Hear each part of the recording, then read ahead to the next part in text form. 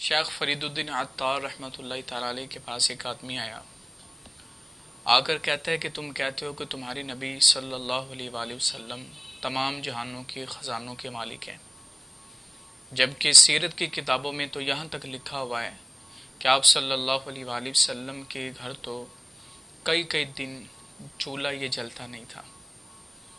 تو یہ کیسے ہو سکتا ہے کہ ایک بندہ تمام جہانوں کے خزانوں کا مالک بھی ہو اور گھر میں کئی دنوں تک چولہا نہ چلتا ہو؟ تو حضرت سیدنا شیخ فرید الدین عطار علیہ رحمہ ارشاد فرماتے ہیں، آپ فرماتے جب دولہے کو گھوڑی پہ سوار کیا جاتا ہے تو اس کے چاہنے والے، اس سے محبت کرنے والے اس کے اوپر نور نشاور کرتے ہیں، مال و دولت لٹاتے ہیں اور اس کا صدقہ اتارتے ہیں۔ تو اب وہ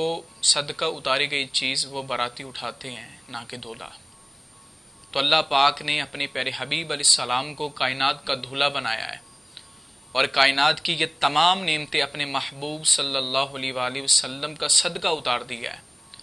اب آپ صلی اللہ علیہ وآلہ وسلم اپنے سر اقدس سے صدقہ کیے ہوئی چیزوں کو کیسے اٹھا سکتے ہیں؟ یوں تو سارے نبی محترم ہیں،